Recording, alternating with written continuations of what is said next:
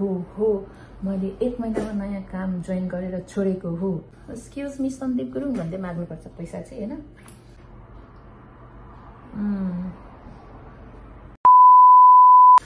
Hello and namaste, welcome to another vlog and video guys है। अनि त्यसपछि यो भिडियो सुरु गर्नुभन्दा अगाडि नै I like to request सबैजनालाई to like, share and subscribe my channel। सधैँ भन्ने गर्छु म त्यस्तो धेरै भिडियो बनाउने मान्छे त हैन, तर now and then आइरहन्छ नि त भिडियो है। अनि I really wanted to make this video because किनकि यो मेरो लाइफको अलिकति डिसिजन हो जस्तो लाग्यो कि यो मोमेन्टमा आएर हैन।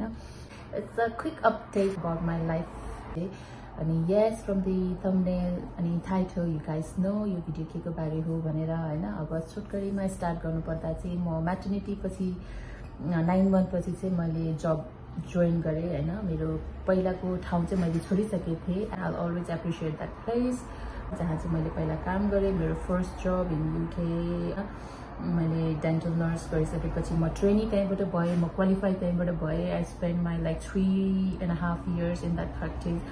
धेरै कुराहरू सिकेँ, राम्रो कुराहरू सिकेँ एज अ वर्क वाइज है। त्योभन्दा डिटेल्समा नजाऊँ है। अनि 9 महिनाको म्याटर्निटी पछि चाहिँ म काम सुरु गर्ने मैले डिसाइड गरेँ। अनि मेरो पहिलाको प्र्याक्टिस चाहिँ अलिक टाढा भएर अनि सिफ्टहरू यस्तोहरू पनि नमिलेर चाहिँ मैले नयाँ काम गरेँ। And this is the new place where I work, and Smile Welling Dental है। अनि यो चाहिँ मेरो घरको नि एकदम नजिकै के। सो लकिली मैले त्यहाँ छोड्ने बित्तिकै अ विकमा मैले यो प्र्याक्टिस जोइन गरेँ हैन। अनि यो practice Smile Welling Dental Care is an amazing place है टु वर्क। घरबाट सबभन्दा यसको गुड पार्ट लोकेसन। आधी घन्टामा त म त यहाँ आएर आइपुगिसक्ने एकदम गुड कुराहरू धेरै छ है। यो प्र्याक्टिसमा आइसकेपछि चाहिँ यति डिफरेन्स है। Peace of mind, work base यस्तो राम्रो है। त्यो पहिलाको प्र्याक्टिस जस्तो is not big practice.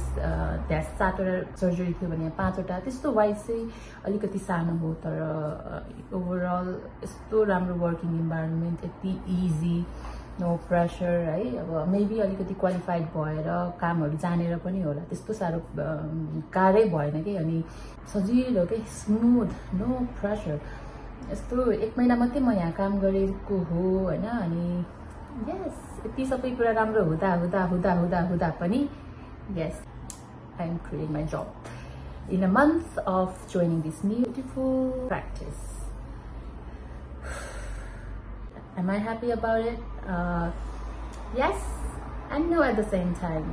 No किन भन्दाखेरि यति राम्रो ठाउँ, यस्तो सजिलो हैन। घर पनि छिटो पुग्ने, 5 बजे सकेर शार्प 5 o'clock छुट्टी भएर म त घर त 5:30 मा त म पुगिसक्छु हैन। कस्तो राम्रो थियो कि ठाउँ। तर यस्तो हुँदा हुँदा नि yes, I'm leaving this job cuz मैले भने नि location work wise is a perfect place। तर I decide to quit because I'm a mommy now। Wow! मैले चाहिँ अब काम छोडेँ cause I'm doing this for my baby। दो उल्ले खोजेको कुरा होइन यो हैन। I know people will judge me अनि lots of advice, suggestions हैन, धेरै कुराहरू दियो मान्छेहरूले। अनि त्यसपछि अझै आउन पनि सक्ला इफ यो भिडियोजहरू हेर्दै गयो भने तिमीले वर्क एन्ड पर्सनल अब बेबीको चाइल्ड केयर सबै ब्यालेन्स गर्न सक्छ इफ यु क्यान हैन। If you want to, it's not that hard. सबैजनाले त्यस्तै गर्ने हो भन्छ होला, तर फर मी यो 1 महिना काम गरिसकेपछि चाहिँ I decide to leave my job for मेरो baby and for my self as well हैन। मेरो बेबी त भर्खर 10 महिनाको छ हैन। उसले त के खोज्ने के नखोज्ने त्यस्तो उसले त डिसाइड गर्ने भएन हैन। तर म आफैलाई चाहिँ मेरो बाबु लाई बिहान काममा म उठेर आउनु पर्दा छोड्दा अनि उसलाई कहिले सुतिरहेको हुने, मलाई खोज्ने, कहिलेकाहीँ अब उठिसकेको हुन्थ्यो अनि मैले त्यो ढोका बन्द गर्दा उसको त्यो बेबी आइज हैन अनि लुकिङ एट मी, कस्तो त्यो कुराहरूले चाहिँ मलाई कस्तो हिट गर्ने कि, कस्तो गिल्टी फिल हुने कि। एभ्री मर्निङ एभ्री टाइम म कामको लागि निस्किनु पर्दा चाहिँ मलाई कस्तो नमज्जा लाग्ने कि। हाम्रो बाबुलाई it's only me and my husband, हामी दुईजनाले मात्रै लुक आफ्टर गरिरहेछ सिन्स हिज बर्थ भन्नु पर्यो होइन, जन्मेदेखि हामीले मात्रै लुक आफ्टर गरिरहेछ। अनि उसलाई त मैले झन् 24/7 जन्मेदेखि मैले हेरिरहेको। अनि छोड्दाखेरि चाहिँ मलाई अलिक गाह्रो भयो कि अब झन् म होइन, म धेरै सानै धेरै त के भन्ने, तर जस अलिक धेरै वर्ष भयो मैले काम सुरु गरेको।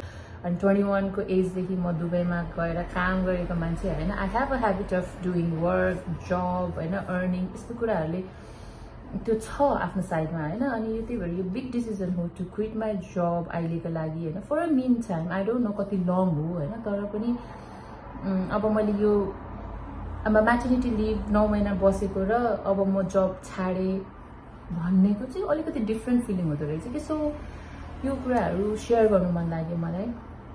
अनि त्यही हो, I'm living my job for a good है, मेरो लागि, मेरो बाबुको लागि। अब म चाहिँ फुल टाइम मम्मी हुनेवालामा छु, किनकि म घर बस्यो भने सन्दीप काममा जाने हो होइन। अनि अब म काममा आएँ भने सन्दीप घरमा बस्ने हो। अनि यस्तो सोच्दाखेरि चाहिँ एकजना त घरमा बस्नै पर्यो होइन। अनि त्यसो हो भने त if one has to work and one has to stay at home, why not होइन। हामीसँग त्यो अप्सन छ भने मैले चाहिँ आई सेड ओके, म I will happily stay at home, बाबु म हेर्छु, मेरो बुढाले चाहिँ फाइनेन्सियल हेर्छ भनेर चाहिँ दुईजनाको म्युचुअल अन्डरस्ट्यान्डिङमा चाहिँ वी डिसाइडेड दिस होइन। दुईजनाको म्युचुअल अन्डरस्ट्यान्डिङमा चाहिँ यो डिसाइड गरेर यो भिडियो म लन्च टाइममा बनाइरहेको छु। सो म टाइम पनि हेरिरहेको छु कि अब चाहिँ म I am officially full time mom, full time housewife हुनेवालामा छु। डिफ्रेन्ट एक्सपिरियन्स होइन, डिफ्रेन्ट फिलिङ छ। काम गर्नु मन लाग्छ, तर कस्तो अहिले चाहिँ बाबुसँग टाइम हुन्छ, म उसँग हुन्छु भनेर चाहिँ यो कुराहरू चाहिँ सबै ओभर स्याडो हुँदो रहेछ क्या। लाइक जब एन्ड बाबु कता हो है। सो त्यही भएर त्यस्तो साह्रो दुःख पनि लागेको छैन मलाई। म I am more happy than I am sad. अब चाहिँ म मेरो भाइ छोरासँग फुल 24/7 टाइम म उसँग हुनेवालामा छु, उसलाई देख्छु। त्यो नै मेरो लागि खुसीको कुरा छ क्या अहिलेको लागि चाहिँ। So I am not upset. अनि will I regret this decision ever in my life? I don't think so होइन। म कहिले पनि रिग्रेट गर्दिनँ होला यो डिसिजनलाई, किनकि मेरो छोरा, सबैको बच्चाहरू सबैजनालाई प्यारो हुन्छ होइन। सो यो सबै ममहरूले रिलेट गर्छ होला। अनि त्यही भएर चाहिँ I don't think I will ever will regret this decision होइन, मेरो लाइफको टु चुज मेरो छोरा ओभर वर्क। अनि आई डोन्ट नो किन मैले छोडेकै छैन कि टु बी अनेस्ट है। अनि यो भिडियो बनाउनु मन लागेको चाहिँ किन भन्दाखेरि I really love this scrub. यो पनि अर्को कुरा हो है। स्क्रबमा अब आई डोन्ट नो कहिले देख्छु म आफूलाई। त्यही भयो, काम छोड्छु, मेरो छोरासँग बस्छु, उसलाई हेर्छु, उसलाई हुर्काउँछु। जबसम्म म आफूलाई चाहिँ हो मैले मेरो बाबु चाहिँ अब मैले छोड्न सक्छु जस्तो मलाई लाग्छ भने म काम गर्न सुरु गर्छु। तर अहिलेको लागि चाहिँ यस हो मैले 1 महिनामा नयाँ काम जोइन गरेर छोडेको हो। अनि यो भिडियो त्यसकै अपडेटको लागि हो। आई डोन्ट नो मैले के बोले कति बोले मेबी है। आई विल मिस वर्क, तर अबको भिडियोजहरू चाहिँ मोर लाइक मेरो बाबुसँग हुन्छ। तर आइ एम भेरी एक्साइटेड। उसलाई म वर्क लिएर जान्छु, पार्क लिएर जान्छु, के छ कि मेरो प्लान्सहरू कसरी जान्छ। म I would like to see myself है, कस्तो हुन्छ life without a job. Financial wise I don't know, गाह्रो हुन्छ होला। तर एक्सक्युज मी सन्दीप गुरुङ भन्दै माग्नुपर्छ पैसा चाहिँ होइन। So this is all about the video.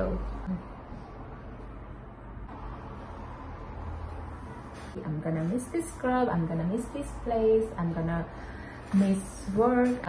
म स्टिल 1 दिन बाँकी छ भोलि, अनि म भोलि हाफ डे गर्छु and then bye bye for ever,